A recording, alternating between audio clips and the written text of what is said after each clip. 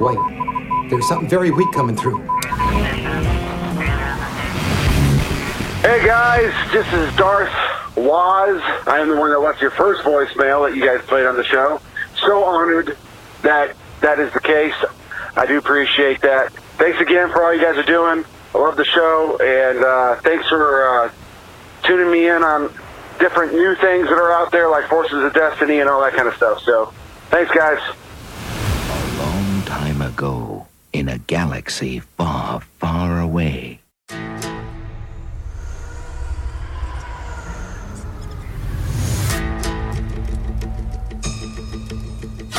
You're after something. Is it revenge?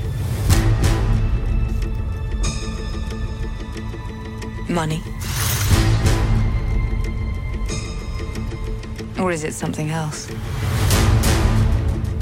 You look good. A little rough around the edges, but good. Heard about a job. Big shot gangster putting together crew. I'm a driver, and I'm a flyer.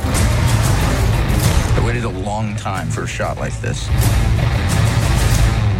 What do you think? Well, what do you know? You got a line on a ship? Yeah, I know a guy. He's the best smuggler around. I heard a story about you. I was wondering if it's true. Everything you've heard about me is true. L3! Let go of the mean man's face. Who are these guys? If you come with us, you're in this life for good. You might want to buckle up, baby. Here they come! Let me give you some advice. Assume everyone will betray you, and you will never be disappointed. I got a really good feeling about this. When do you know how to fly? I'm 190 years old? You look great. Push it!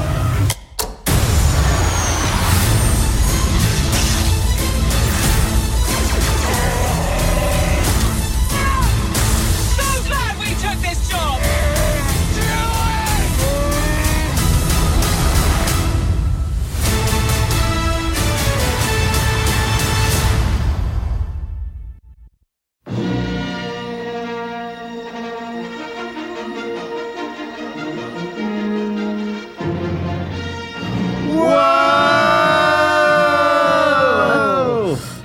We got a solo trailer. It just like that. Barely any warm up, and they just said, "Here you go." They just drop us right into it, right? Don't they? Yeah. They just like, here you go, kind people. Man, oh man. Well, Yeah. we got our episode cut out for us, don't we? We do. So yeah. Hello, fellow galactic listeners. I'm Todd Hoffman, and this is WSTR Galactic Public Access, a Star Wars podcast. Welcome to episode 66. Today we're going to talk about Order 66. The time has come. Execute Order 60. Wait, no. Lucasfilm. Man. What? We have, we have all these great plans. Like, I circled this one really early when I'm like, episode 66, we're going to talk about Order 66. Little did I know that, like, Saturday night, Lucasfilm's like, hey, we're going to drop a solo trailer on Sunday. And, well, Order 66. Whoops. We're just going to have to wait. We're just going to do things out of order like Star Wars does. So don't you worry. Hang on. Episode 67, Order 66, so. Yep. So there you go. It's how the cookie crumbles. That's right. And then we're gonna talk a little bit about our experience of C2E2. So if you haven't already noticed, joining me in the discussion today is Miss Heather Allred. Hi, everybody. And then Mr. Julian Aaron. Hi, Mr. Aaron Julian. Hey, how are you? Hey, how are you? a little disgruntled. I know. You could check us out on the social media at WSTR Media, all one word, all lowercase. You could email us at mailbox@wstrmedia.com. You can leave us a voicemail at 630-557-WSTR. That's 630-557-9787. You can catch all our episodes at our website. We're fancy now. www.wstrmedia.com. A lot of W's, like 4 W's. We all about those W's. We like those W's, So, moving on really to news of the week. And now, the Star Wars news of the week. All right, so we reported this last week. Ron Howard was kind of doing a social media push on the old Instagram and saying like the score was done and that he's working on a new trailer. And, come home Saturday from C2E2, looking at the Twitter, and Star Wars is like, trailer tomorrow. I'm like, what? We're not ready for this. I'm still not ready for this. Yes. So then it kind of came out later that Solo would be dropping during American Idol, which was on Sunday, April 8th, or 9th. Sunday, April. No, 8th. Yeah, 8th. And, well, it makes sense because Disney owns ABC and now American Idol's on ABC. So if you wanted to watch it on TV, you would have to wait through about 45 minutes of American Idol to get your Han Solo trailer. So we just watched it, guys. Heather, what are your overall impressions of the Han Solo trailer? I'm already going to just put it out there. Okay. Oh, boy. Here we go. My favorite part of this movie is Lando. Yes. And is it, make sure I get this right, is it L3? Yes. Yep. His little droid friend? Yeah. They're already my favorite part of the whole movie. You're like, you're in. You're in. Check. Nice. And then, what girl doesn't love a little Paul Bettany? So I'm pretty well covered. Yeah, you're covered. So, but no, it looks really good. I'm very impressed with what's been done. Got some new troopers. And Yeah, we got. So let's do it. Let's do it. Right. Let's go tomorrow. Let's go tomorrow. Right. Exactly. So Aaron, or Julian, Aaron, as I'm going to call you tonight. As you've been renamed. Julian. You hooligan. What's your overall impressions, my kind friend? It feels like we finally got some meat to snack on, It's like, geez, we're like a month out from launch, and we finally have something worth talking about. So finally, thank you. Second of all, this seems to be describing itself as like a Western heist movie, which is pretty darn cool. I'm not gonna lie. We'll get into it, but there's definitely some homages to Westerns. You got the whole train robbery scheme, and the whole like kind of Ocean's 11. Get the boys back in town for another job. It's like there's good bones there. I think it's got good potential. We'll just have to wait and see till we actually see the darn thing and see if the story and characters are up to snuff. But overall, I think there's a lot of good potential here. Absolutely, this is ticking the boxes for me. It is. Well, that's good. Also, I mean, I am just super excited overall for the relationship of Han and Chewie. And this is definitely in its infancy. And I'm really vibing on that. And I'm going to second Heather as far as when we break this down, but I'm telling you, Donald Glover is going to steal this movie. So I'm super excited for it. Good old Donnie G.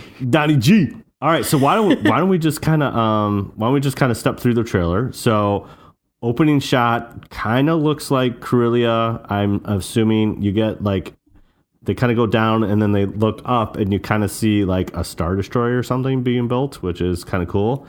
And yeah, so could be the Kuwait shipyards. Yeah, for all we know. Is that on Corellia or is that somewhere else? That's on Kuwait. Okay. Well, there you go. But I don't know. Kuwait could be like a state or a country, or it could be a company. That's the thing with Star Wars. Star Wars. It's like there's no countries anymore. It's all planets. Yeah. It could be a company too. But I'm pretty sure there's a Kuwait. But they could change us that change at any time because that was canon. Now it's not canon. I don't know. It could be anything. Who knows? But there's also a cool part.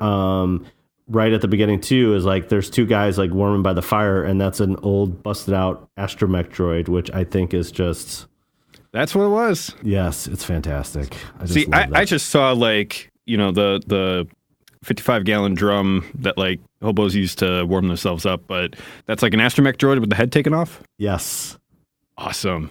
Yes, we're sad, but whatever. Sorry, Heather. I know you like droids so much, but desperate times. It's also sad for me because that's like concept art from the Star Wars game 1313. So I'm just very sad. Oh, bummer. Way to twist the knife, dude. I know. That's what.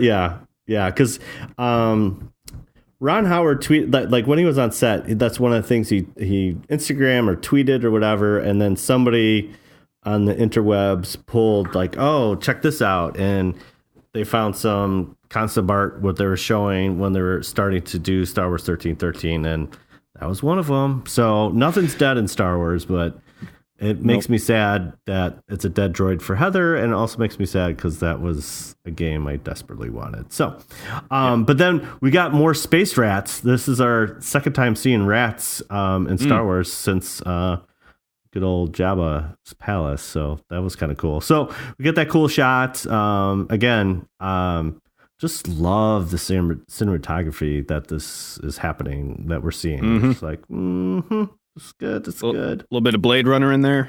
Yeah. Yes, exactly. So Amelia Clark's character kind of starts the narration on this one. So I think we're going to say her name is Kira. It's like with a Q though. So I'm not sure. It's all fancy. I'm not really sure. It's Star Wars. Who knows? Who knows? So she starts off, "You're after something. Is it revenge?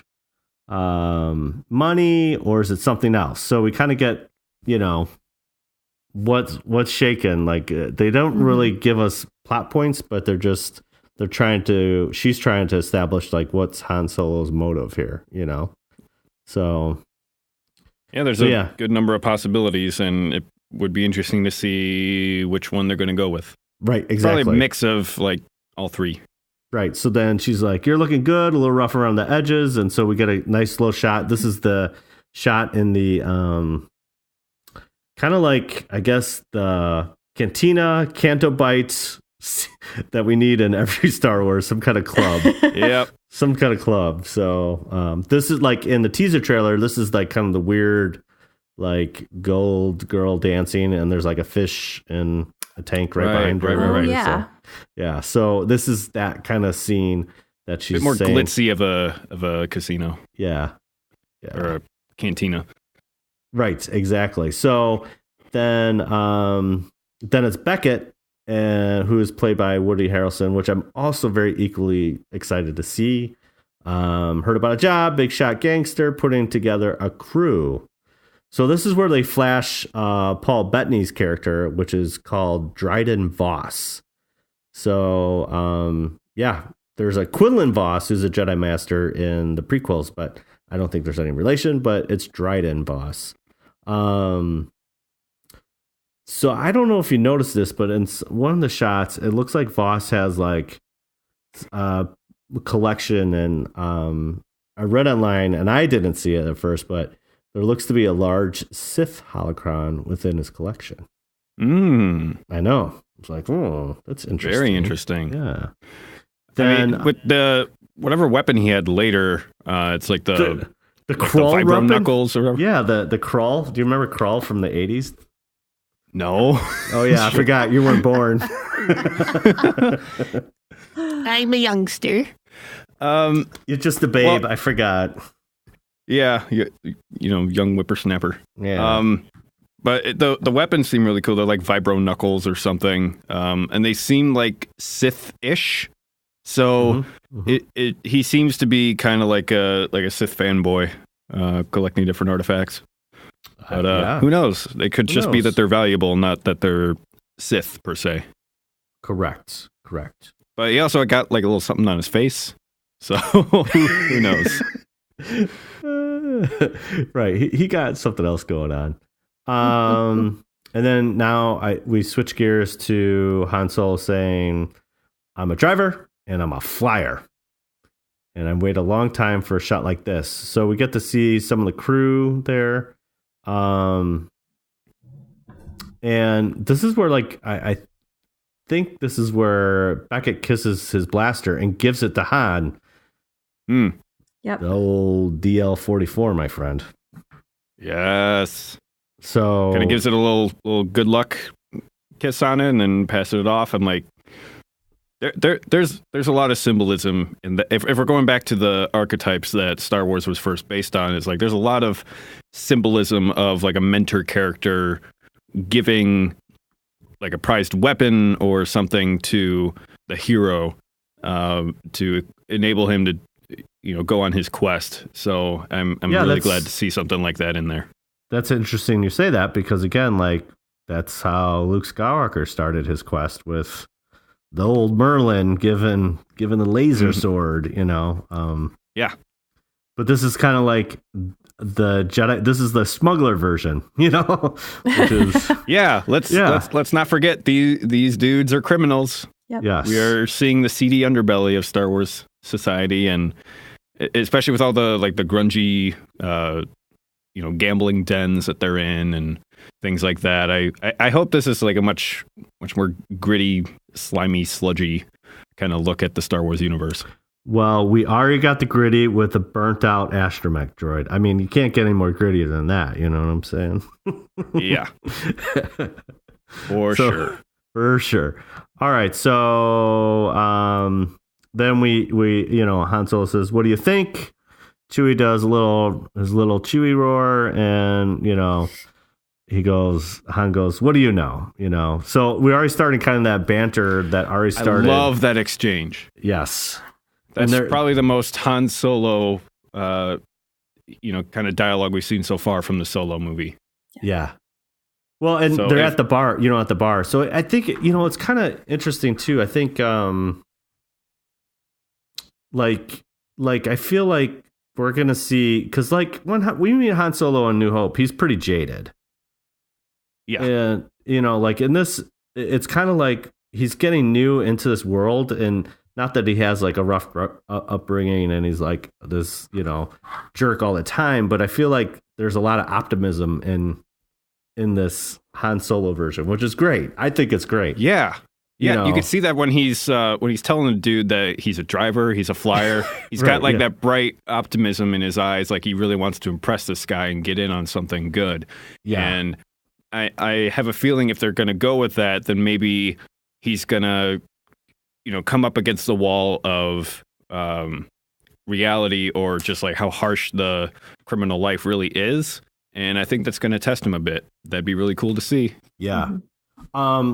I think this is, so then, so they're kind of like, I'm calling this the Denny's bar, because this is just like the Denny's commercial, where they're in there. So then I think this is Kira, where she's like, "Yeah, I know a guy. He's the best smuggler around." And Han Solo says, "I heard a story about you. I was wondering if it's true." And this is where we see Lando, and everything you heard about me is true, he says. And this is honestly, this is my favorite part of the movie, because when he says that line, there's like a little server droid giving him like some some drink. some drink. Little Filling up the bartender drink. droid. Yeah. And he doesn't even look away. He just knows it's full and drinks it. And I'm just like, dude, this guy's got so much swag. It's not He's such even a funny. baller. I mean, come on. And I just I don't know. I just love that server droid. I'm like, Yeah. I'm pulling the Heather. I'm pulling the Heather here. I am love. I whatever that server droid's name is. I love him. There's a lot of droids in this movie already. Well, and then just the cast of characters around him is, we broke this last week. What's our Thrawn's scissor punch? Therm scissor punch. Yes. Thrawn is something completely different. That's completely different. But this is Therm's scissor punch. I mean, come on.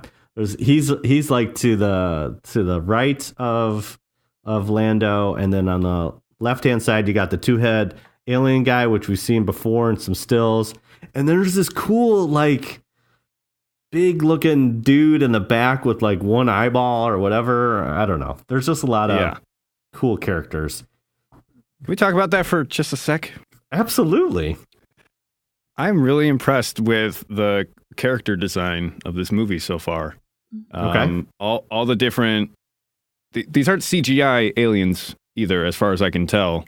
These all seem to be like in the style of A New Hope, where you got a bunch of practical effects, costumes, and real sets, and just a lot of ingenuity in the design of the aliens. And I'm like, this feels right. This feels like Star Wars.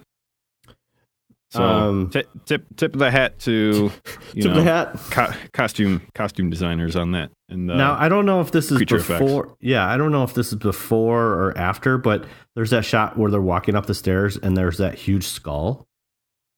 Yeah, it's like the woolly mammoth, but the tusks are like way too long. Yeah. Do you know what I think that is? What do you think that is?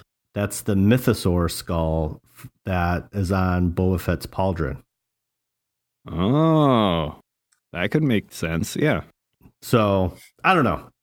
It's a big woolly mammoth-ish looking skull, and it's fantastic. And I don't care what it is, but they're going to some kind of seedy underbelly thing. And then this is where we get to meet L3. And I mean, this is another good point. We got bot battles going on here, or whatever she's doing. It's like Fight Club or something. Yeah. So Heather, you mentioned you liked L3. So what do you think of this scene? Well, I love that she's a female. I think that's a fun twist on things. Yes. For sure. But I'm also I'm digging that she seems to have a little bit of moxie, I guess might be the right word. That's a great word. Yes. Like she's just because of the following line of Lando being like, let go of the mean man's face. Like, yes. She just did what she needed to do in the moment. Like, there was no consulting.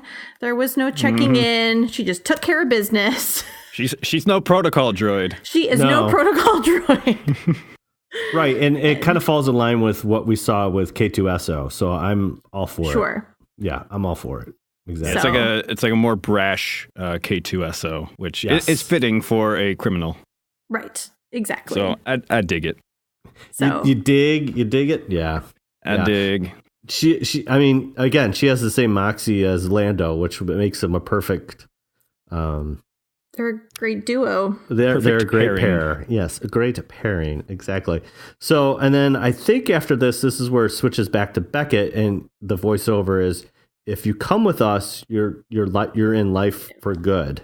You're in this life for good," meaning the smuggler's way. Yeah. So, again, that's pretty dope. And then this is when Hans gets into the Falcon for the first time, and it's L3 and Lando, which is kind of hard. It's just weird seeing that because you're so used to Han and Chewie. But then I just love how he's like, if he goes, you might want to buckle up, baby. And I just love that. I just love it.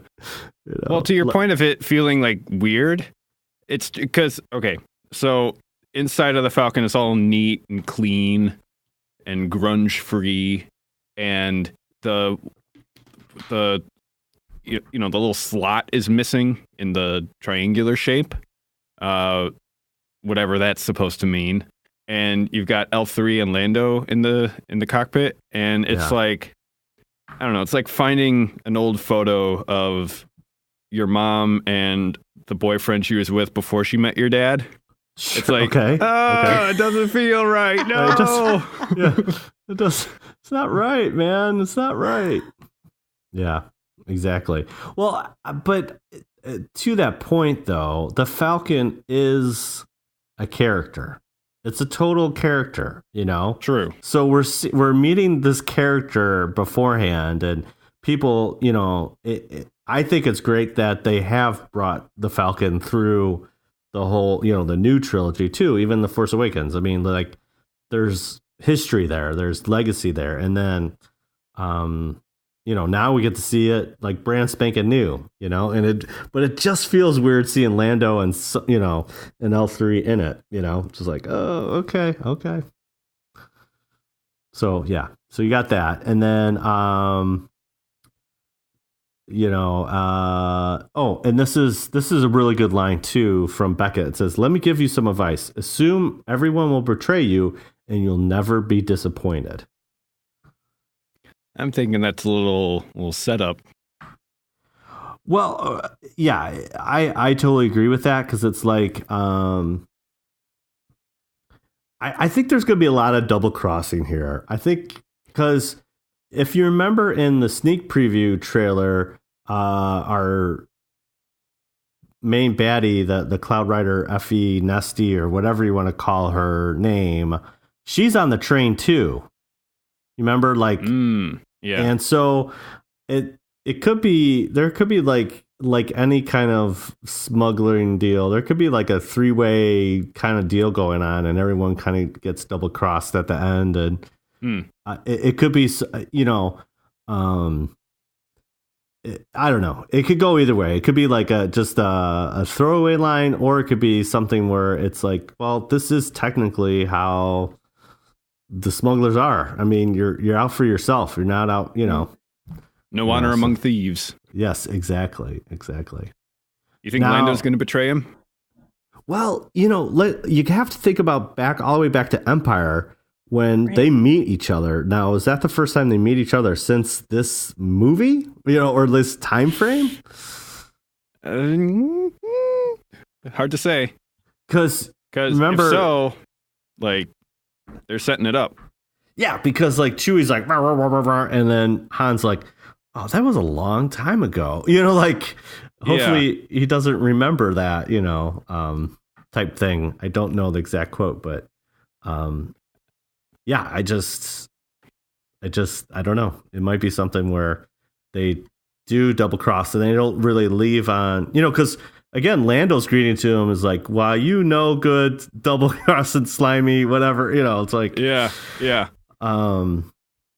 You got a lot of guts coming here, so yeah. So I don't know. It should be interesting to see how that plays out. Maybe Han betrays Lando.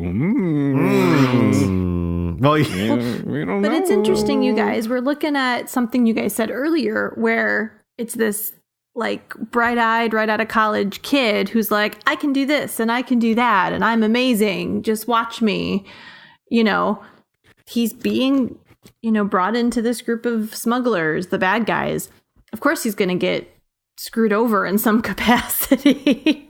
Yep. They're the bad guys. But maybe that's how he learns his lesson. And so I think there's a clear setup to the original trilogy as we know it. But the one thing that makes it all the cooler, which is what I'm also excited about, is the fact that from the beginning, i.e. beginning of Solo, up to what we knew in The Force Awakens, is that his relationship with Chewie is basically like they're on point with each other. They're buddies. Mm-hmm. Yes. Yeah. Best friends through thick and thin. Best Speaking friends of which, through thick and thin. Do you think we're going to get see what the life debt thing is all about in this movie, or are they going to enter into it with it already in place? I think this is gonna jump around a little bit. Okay. Yeah. Like Indiana Jones and the Last Crusade? Yeah, just a little bit, and not too much, because I don't think they're going to use like a couple different actors, but just enough where it's a couple years later or something like that. I think it's going to jump around just a smidge to kind of show that, Yeah. Because we know this is obviously after Return of Revenge of the Sith, and probably 5 to 8 years before New Hope, So that's the other thing. That's the other kind of dynamic thing. The Empire's building at this point.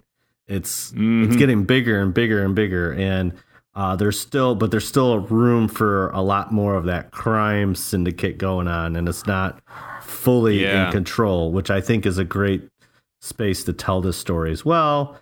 There's still room for all the bugs to like sneak into the cracks.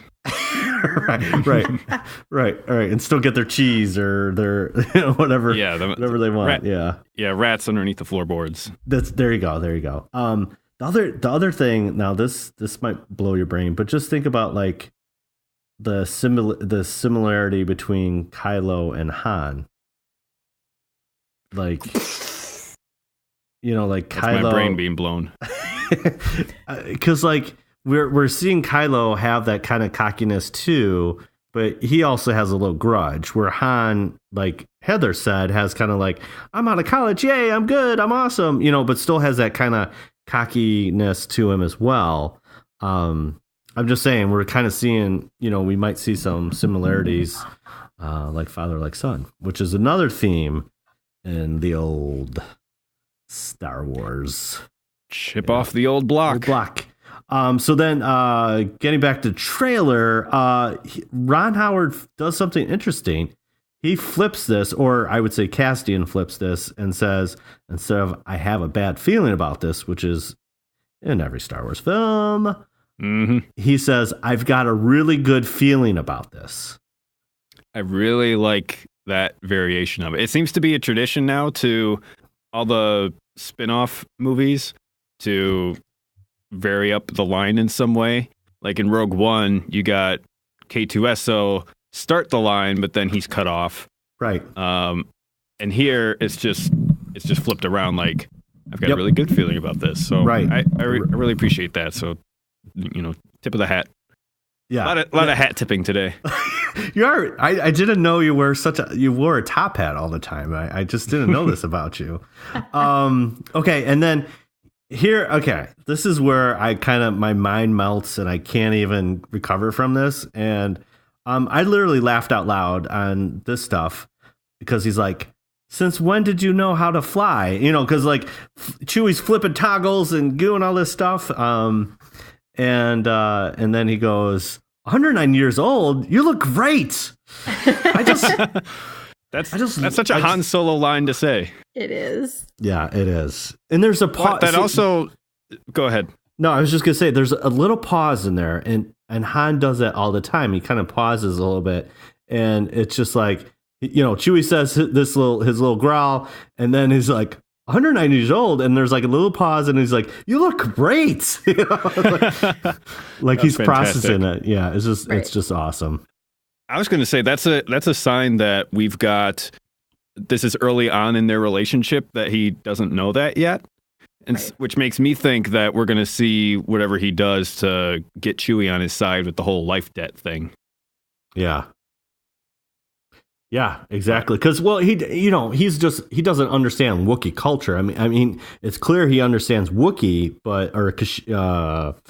I'm gonna butcher it, but it's like Burshuk or something. That's the Wookiee language or something. But yeah, he can understand them, but I don't think he understands like how Wookiees are older than a lot of.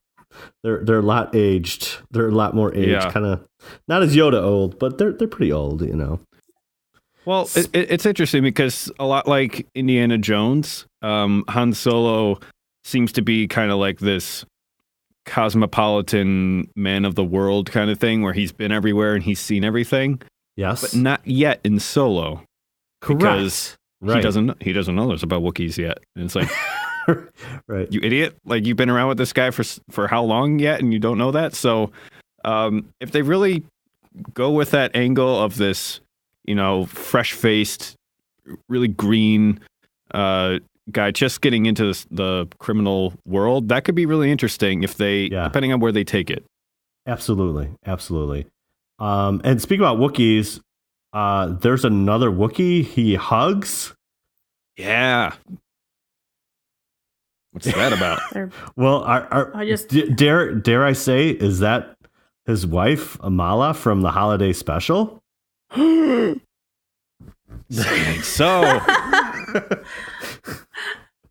I don't know. It could be his sister. Who knows? I don't know. It's just another Wookiee. We haven't seen Wookiee love, man. So this is... We haven't seen so since The Force Awakens, we've seen no romance whatsoever in any of the characters. And it really, really frustrates me. So it's they're all robots. So I want to see some romance. Come on now. There we go. You're such a gentle soul. I just need to see some romance. Oh yeah. What about the bromance? Does that not count? Oh. That's like 10% of what I need. It's like, well, think back to Empire and the whole, Han and Leia thing going on there. It's like, that's captivating. That's human. That's like, yes. Yeah. We don't have any of that in the, sequel movies or spin-offs or whatever. It's like, everybody's just like, I am here for my mission and nothing else. I do not feel love. It's like, come on, be human, please. Right. Exactly. I'm joking a little bit, but it's important. No, it's important. It's important. Any other favorites? Any other favorite spots there? The whole WWE move that Chewbacca does on that poor soul. Well, I am watching WrestleMania on Sunday night. I'm watching WrestleMania. I'm looking at my phone, looking at Twitter, waiting for Star Wars to drop it, so then and go and watch it. And when I saw that dude, I was like, oh, dude, that is amazing. He just like a one-handed pile driver choke slam thing. And I'm just like, that dude is toast. Yeah. I want to see some arms being ripped off. I also really appreciated the whole Western heist vibe that they're going for. A little bit Good, Bad, and the Ugly, little Ocean's 11. They got a train robbery for Pete's sake. How cool is that? And those and our pimp troopers that have the mag Ranger boots. troopers.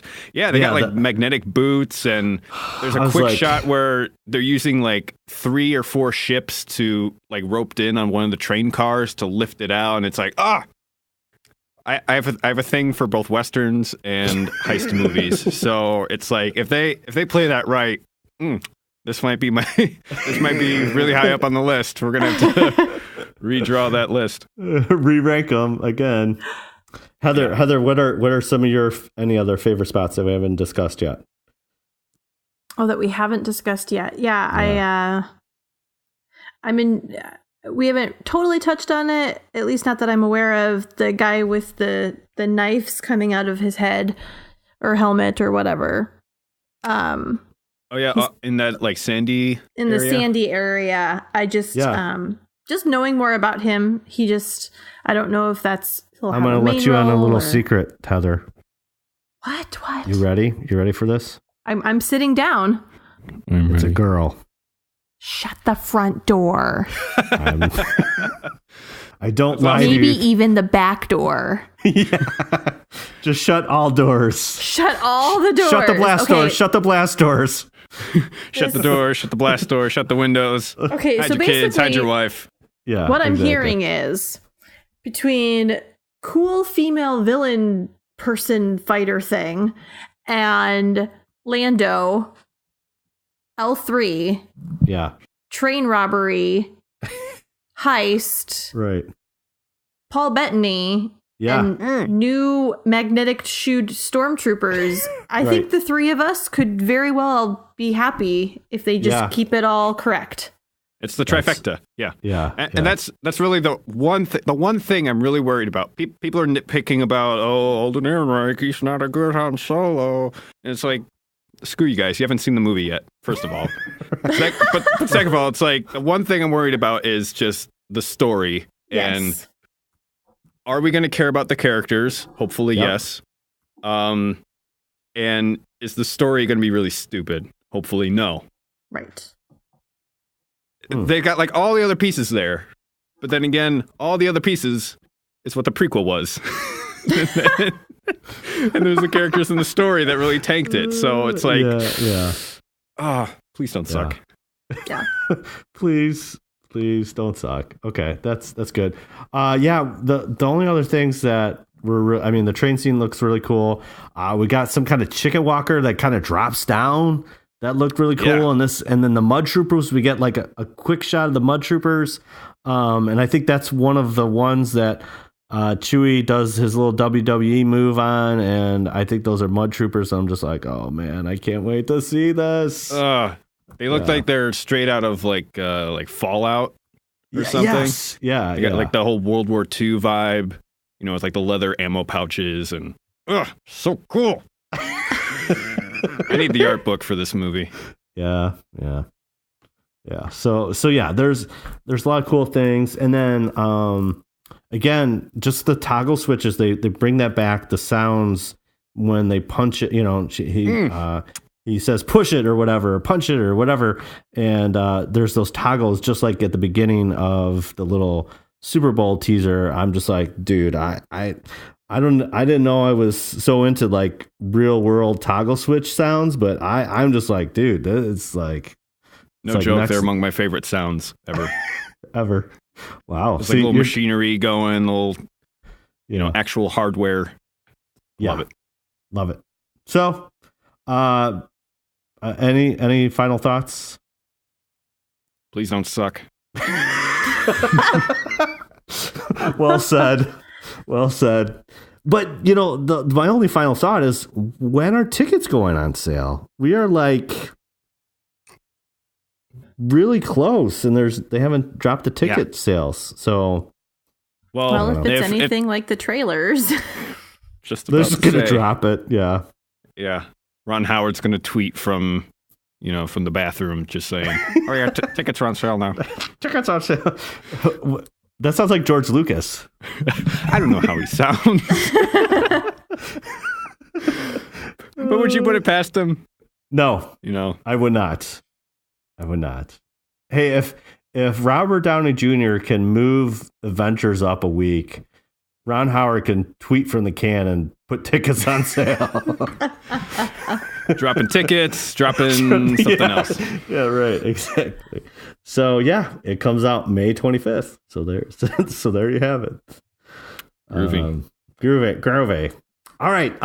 Moving on to Katina Chat.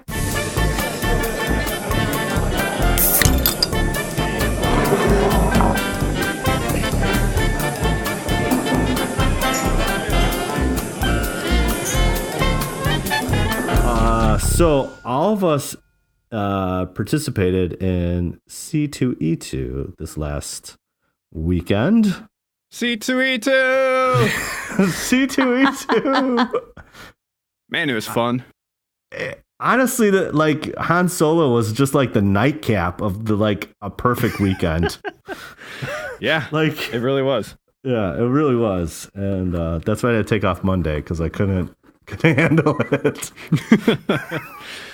Yeah, so I mean, check our social profiles things for pictures, but yeah, we came out with my buddy Dave from Moody, and Heather brought her camera, and a friend Deb, and we just what were we up to, Todd? We hit the town, man. Yeah, we did. Yeah, we did. We hit Nerdum Central. So again, just to recap, if C2E2 is the Chicago Comic and Entertainment Expo is C2E2. Started in 2010, and now it's on the 8th year. I've been all 8 years. You know, no brags, but I've been there. Stud. Yeah, been there since the beginning, man. When it was just in the small McCormick Place. Now it's in the really big McCormick Place. There are so many people there. I know so many people. This is my third year, but Yeah. There's so many people there every time, and they're constantly coming in and going out. And I'm like, how? So many people. It's awesome. It is awesome. Yeah, I just take, we take advantage because it's like in our backyard, but like people that travel here, I mean, like, props to you. Yeah. But yeah. So ton of people. And I think we were just kind of going around and looking for Star Wars cosplayers and just trying to, talk to them and, will you be my friend type thing. And I also got to fulfill a lifelong dream. I played the part of a beat reporter for the day.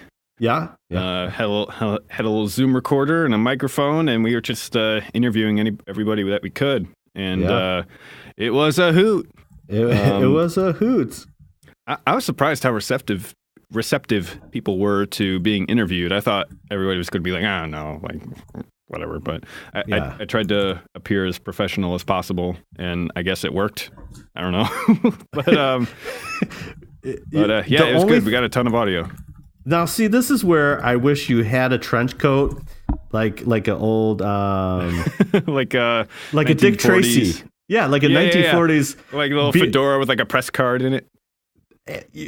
I think we got something next year because you could have like a little pad, a flip pad, and take notes. And yeah.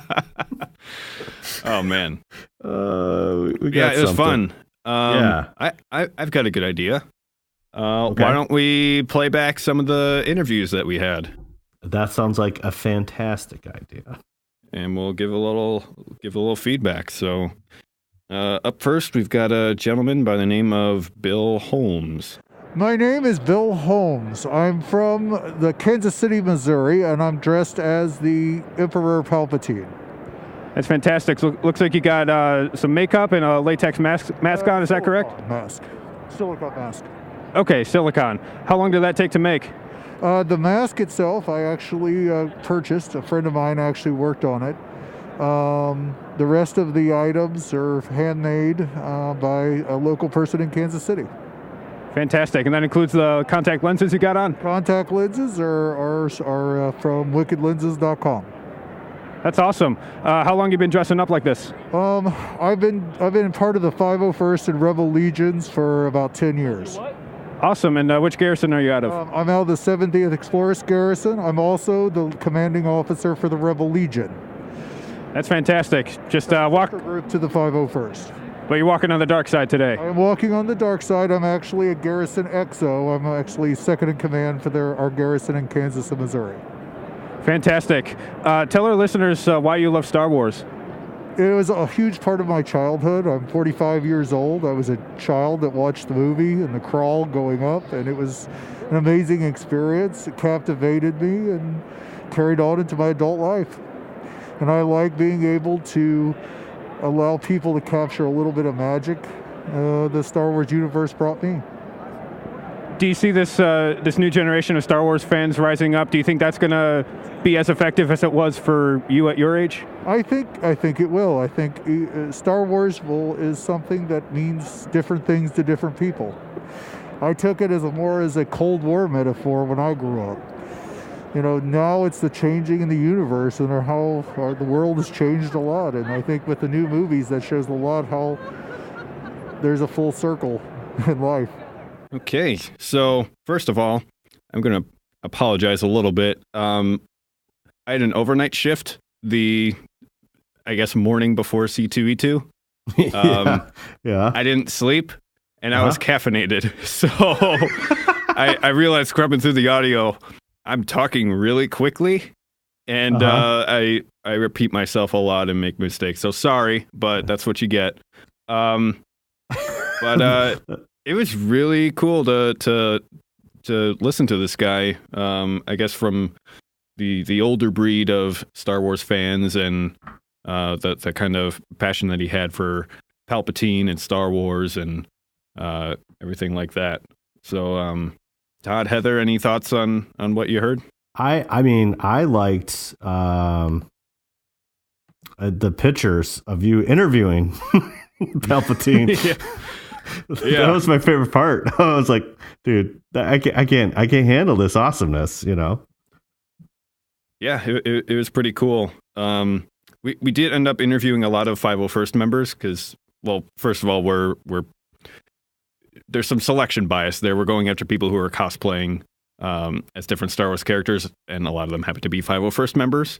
So they're well represented in our interview size, but what was also noteworthy is that they come from all different kinds of locations. I think there's a couple interviewed that were from Kentucky, which was like a 6 or 7 hour drive. And they like all pilgrimaged here to be here for Star Wars, which is just awesome. Awesome. Yeah. Okay. Up next, we've got not a cosplayer, but a artist. My name is Dave Dorman. I am here at C2E2 in Artist Alley. I've been an artist with Lucasfilm since 1990. I did covers for Dark Empire, Crimson Empire for Dark Horse. I've done Indiana Jones covers. I've been working as an illustrator for more than 30 years, and it's been a great run. So you're officially licensed by Lucasfilm? I am an officially licensed artist by Lucasfilm, and that's been my great fortune to be involved with Star Wars. I saw the movie on opening day and the original Star Wars, then New Hope Now, in 1977, and was a fan ever since, and never realized, in a million years that I'd end up working with Lucasfilm and working on these characters that I love so much. That's fantastic. I'm looking at your prints right now, and I was going to hazard a guess. They look like, well, paperback novel covers. So you certainly got that style down for you. You've also got a few that are, I would say, creative, like Darth Vader fighting Captain America and an all-out lightsaber battle with Batman. So can you tell us a bit more about that? Yeah, those are just fun pieces that I've done over the years. I've been a comic book fan as long as I've been a movie fan and science fiction fan. And it started out, these mashups with Batman and Darth Vader. I was working on projects for both characters at the same time. And when I got finished with those projects, I thought, wouldn't it be fun to just have both of those characters battling? And I did that, turned into a very popular piece of work. And a couple years later, I saw the Captain America film, the original movie. And Captain America, I've been a fan of even longer than Batman. And it was such a good film. I really enjoyed it, especially being set in World War II. And that sort of inspired me to do a painting. And I thought, everybody loves Batman. That's a DC character. Why don't I do Captain America, which is a Marvel character? And so they're sort of companion pieces, just having fun with projects I've worked on. That's fantastic. It seems like you landed into the perfect job, or rather achieved it. Yeah, this is the greatest job in the world. I couldn't be happier with what I'm doing and what I have been doing, my whole career. I set my goals early on and just work hard towards it. And eventually, it paid off with being able to make a living at it. And then, moving into the great license projects with Lucasfilm and 20th Century Fox with Aliens and Predator, DC, Marvel, G.I. Joe. It's just been a wonderful time, and it's just fun every day going into the studio and doing these paintings. That's it. That's fantastic. What would you say has been the biggest challenge as you've developed into your work? I don't know. It's painting has been work, but it's sort of come easy as well. And likenesses sort of came easy as well to me too. So, the biggest challenge is making sure that the likenesses look like the actors when it's called for. Sometimes the companies don't have approvals from the actors, so I have to sort of fake it. But with Lucasfilm, with Star Wars and Indiana Jones, the contract says that they need to look like the actors. So that's really a challenge, is to make sure that when a a person looks at my artwork, they see Harrison Ford as Indiana Jones, or they see Mark Hamill as Luke Skywalker. You know, there's no confusion over who that character is and what that actor played him as. Fantastic. Where can our listeners find more information about your work? I have a Facebook page that I sometimes do live drawing, live painting on, and comment about my work. That's Dave Dorman Artist on Facebook. I have a Twitter is at Dave Dorman. If you just Google my name in images, you'll come up with probably 1,000 different pieces of artwork. That's you know, a lot of people only know me for a certain thing, either Star Wars or G.I. Joe or comics, and so they don't realize how wide-ranged my artwork has been over the years. And so I just tell people, go to Google, type in my name, and enjoy what you see. One last question: why do you love Star Wars so much?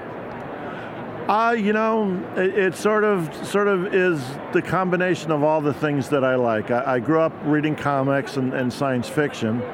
I was always a movie buff, and especially science fiction, special effects, and it all sort of blended, into a perfect film. I was the same age as Luke Skywalker when I went to see Star Wars, so I had, I think, a little bit more empathy towards his character and looking towards the future. And, it just such an entertaining, meaningful film for me that it has affected my life. And, I think that might have been, a portent of things to come with me doing Star Wars for so long with Lucasfilm. That was Dave Dorman. He was hanging out in Artist Alley, which is a section of C2E2 where basically people just set up shop and start drawing, and they might have prints for sale that they sign, things like that. And Dave and I were wandering about, and we found him there, and he was very gracious. We had to let people go through and take care of business first, but then he was very gracious, very nice guy. I thought he gave a great interview. Yeah, that was a fantastic interview. He's got some great art. Like the first piece that I remember, because I'm an old guy. He did the Dark Empire trilogy for Dark Horse, and he's got the cover of Luke looking like Darth Vader, and it's fantastic. The best. Mm-hmm. And you can clearly hear in his voice his passion for the work that he does. Oh, yeah. And so in that, what he is bringing to the table is like what he said. You're going to see Harrison Ford. You're going to see Mark Hamill in his artwork. Yeah. So that speaks a lot. Yeah. And I noticed a common theme when we interviewed different people, like why they love Star Wars so much. And a lot of them said it's because they got into it when they were kids. And I'm not sure if Star Wars is meant for kids originally, if it just came to be like that, but I think it gave kids something to aspire to. And I think, personally, at least my interpretation is, I think that's what really has lent to the staying power of Star Wars and its grip on people, is that it doesn't address kids where they are necessarily. I'm talking original trilogy, but it gives them like these larger than life figures to look up to and aspire to be.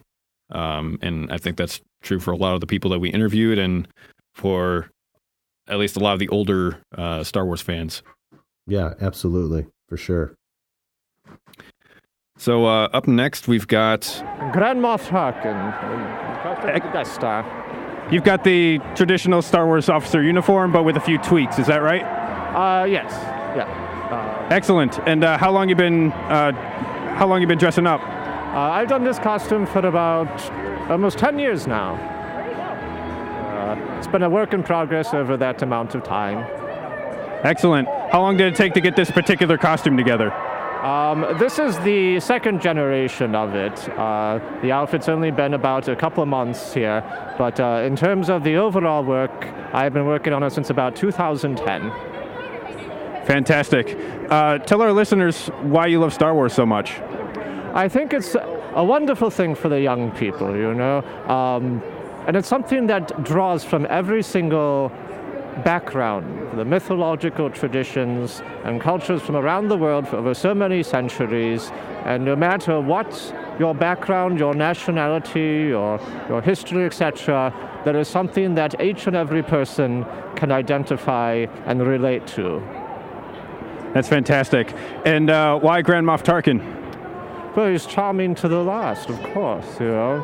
Well, I think it's so funny. Peter Cushing was such a dear gentleman, you know, and he had so much affection for both his co-workers and his fans, and it's truly a great honor to be able to portray Peter Cushing, who was one of the last true gentlemen of the world, and he enjoyed working on it so much, and he took the time out to answer every letter that was sent to him with a kind thought, and was so supportive of it that it really is a wonderful character. He put so much into it, and a wonderful human being. And it's my small way to honor his memory.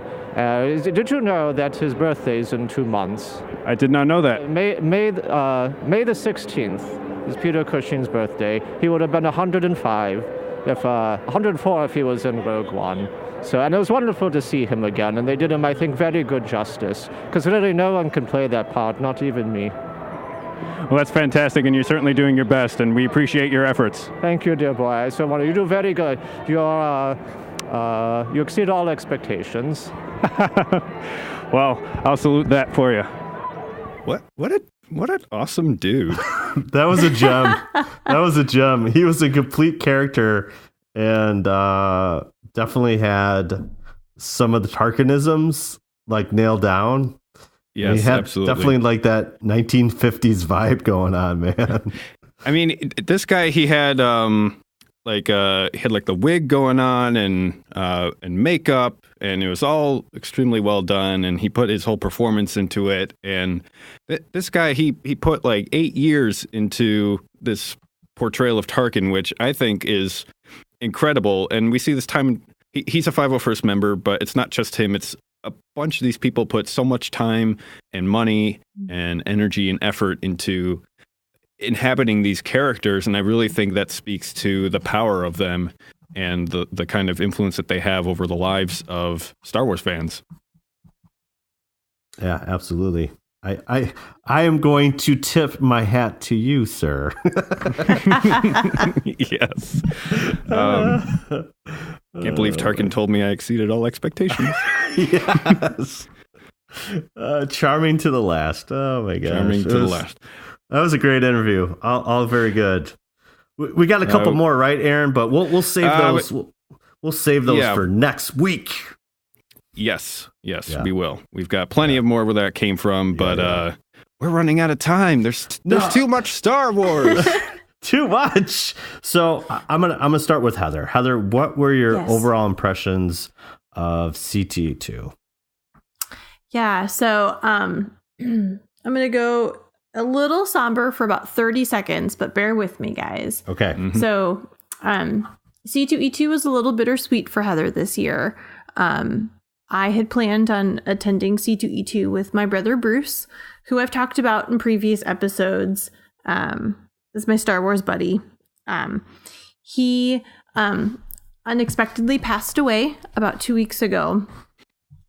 And so I had many people in my life tell me that I still needed to go. And I'm so glad that I did. Because not only did I get to honor him through going and being a part of geekdom, I got to fulfill a lifelong dream of being a character escort as I helped Todd around C2E2 in his Stormtrooper gear. Yes, you did. Very, so that was very a huge, well. I mean, so Disney, if you're listening, I'm ready. So that was huge. I did not purchase the R2D2 for $10,000. Not yet. So that was a low moment, but but yeah, lots of people ridiculously impressed with people's creativity in costuming and cosplay, and just the overall passion and commitment to things. Seeing families dressed up together. Just huge. And then, of course, kind of spreading some of my photography wings and learning it's okay to ask people and break out of my shell a little bit. And you did a fantastic job.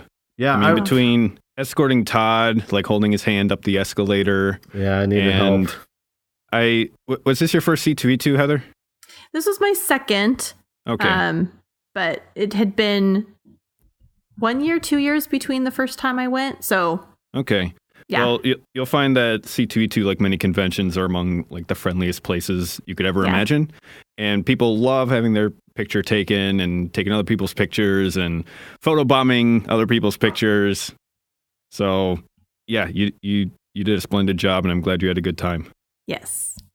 Yeah, I mean, obviously I'm speaking for Aaron too, but we're deeply sorry about your loss with Bruce, and I know Bruce would have wanted you to go, so that's why I encourage you to go, and I'm glad you did, because we couldn't have done without you, and it was a lot of fun.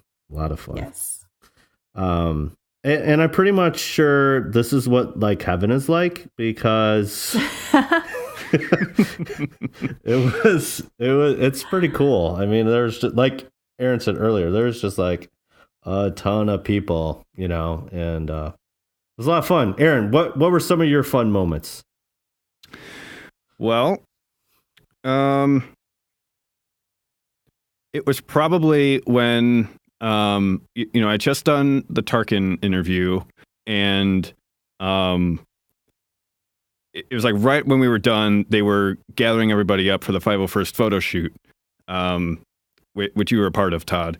They have like this scheduled photo shoot for all the 501st members to kind of get a big group shot right in front of the C2E2 sign. And it's awesome. And so Tarkin and I split ways. I'm walking off, and good day to you, sir. Give him a little salute and a handshake, and I'm walking back with you, Todd, and I'm like, oh no, I didn't give him our show card. we had little business cards with our show, and I'm like, I forgot the most important step. So, but we managed to regroup at the photo shoot, and I found him, and I said, "Excuse me, sir. In my haste, I forgot to leave you my card." Yeah. And he gave me. He not only accepted it, but he gave me his own 501st trading card. So absolutely. Of course, a true gentleman to the last. Nice. So nice. Even in our screw ups, things have a way of working out like that. Yeah. Yeah, absolutely. And I'm so proud of you two, both of you kind of breaking out your shells and just like making things happen, It was the caffeine. Yeah. Perhaps caffeine, lack of sleep. But this was the first C2E2 where I had zero anxiety. Good. Oh man, that's awesome. Yeah. First time I went, I was not in costume. But it was just, wait, was I in costume? I thought you went to, yeah. I did. I did go in costume. I went as Agent 47 from the Hitman games. So I was in costume, but it's my first time. And there's so many people. I was like, ah! But second time I went, it was a little easier, but still like, when you're dressed up, you kind of get that sensation of like everybody's watching you, which could be an ego boost, but can also just be like, stop. So stop looking at me. Still positive experiences, but still anxiety abounds. But this time I got like none of that, and I was thinking maybe it's either I had a job to do or something to focus on, where I'm not thinking about everybody. I'm just thinking, okay, where's some Star Wars people that we can interview? Two, I think Todd, you helped by being in costume and kind of like absorbing all the attention. Right. Yeah. And so we were just kind of like coming alongside that, and it's like, oh, cool. Yeah. Like Yeah. they're having fun. We're having fun. It's awesome. Maybe a mix of all that, but Sure. it was a really, really enjoyable experience, despite my lack of sleep. Yeah. Yeah. Well, and I think you summed it up most when we were kind of debriefing at the end of the day there, Aaron, and you turned to me and it's like, today was a good day. And I couldn't even sum it up better. I was like, yeah, it was a very good day. Yes, it was. Yeah, it was a good time. Yeah, I mean, you never know what you're going to expect there, and there's always some fun surprises, and that's why I love going there. Couple of my favorite moments. There was a guy we just, it was super crowded. We're kind of walking through, and this guy had a hoodie on. He's like, "Oh man, can I take a picture?" And his hoodie was "Support your troops," but it was a stormtrooper, and I'm like, "Oh my gosh, yes!" So that was a fun moment. That was a fun moment. I know Heather was around for this. I literally scared a mom half to death. Like, so this happens all the time. I love trooping because of just like the kids, so the kids like, hey, can I, they're getting pictures and whatever. And he goes, thank you. And the mom was slightly off to the side. I'm like, you're welcome. And she like jumped a mile and she's like, you talk. I was like, yes, I do. Yeah, like the burst speaker burst mic in your setup. Yeah. So I thought that was a super fun moment. It was just, there's a lot of cool little moments. I think that was like the other cool moment was like, and totally random. It's like, when we got interviewed by the Sci-Fi Channel, I was like, sweet. Oh yeah, I forgot about that. That was awesome. And they basically approached us, it's like, hey, would you want to answer a Star Wars question? And I'm like, yeah, So basically the question was like, what Japanese film influenced George Lucas' A New Hope? And that was Hidden Fortress. So it's heavily influenced Star Wars. Lucas took a lot of the story elements from Hidden Fortress to that plays out in A New Hope. So yeah. So I won this whole prize pack from Sci-Fi, which I thought was fantastic. Yeah, you showed up on their Instagram, didn't you? Yeah, I did. I was on the Instagram stories, man. So I thought that was cool. You were pretty quick on the draw for that trivia question. I was hoping I wouldn't get it wrong. I don't think I would have to turn in my Star Wars card if I didn't get it right. Yeah. But like, I'd just be like sad, depressed trooper. I'd be like, I can't do this anymore. Yeah. Yeah. So that was. There's so many little. I trooped on Friday and Saturday, both for about 5 hours apiece, and so I was super happy with both experiences. It was fun. So. Yeah. Heather, you wanna wrap this episode up? Are we done? Have we exhausted all of our stuff? Well, I think we could continue to talk about C2E2 for a long time, but yeah, we got a ton more interviews and we got a couple more interviews. Yeah, we'll share that next over the next couple of weeks for sure. Perfect. Oh, I'm going to live podcasting, people. I'm gonna remove the cat.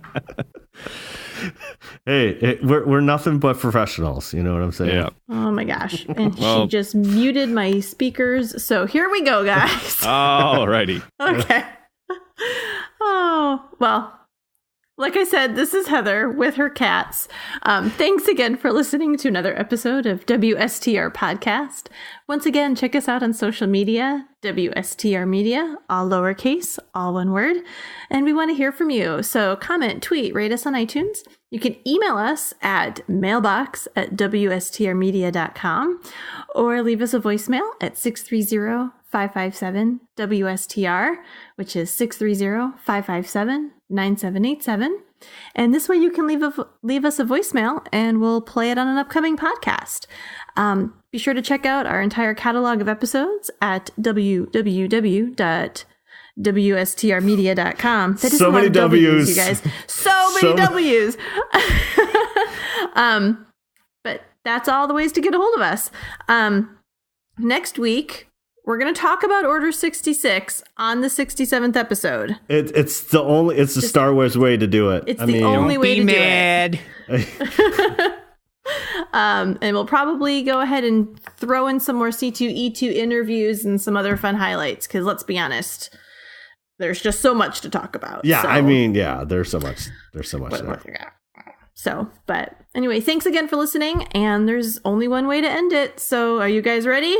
I'm ready. Todd? I am ready. Okay, just checking. All right. Yes, thank you. Now, this is podcasting. C2E2, C2E2, C2E2, C2E2. It's the best. Yay! Yeah.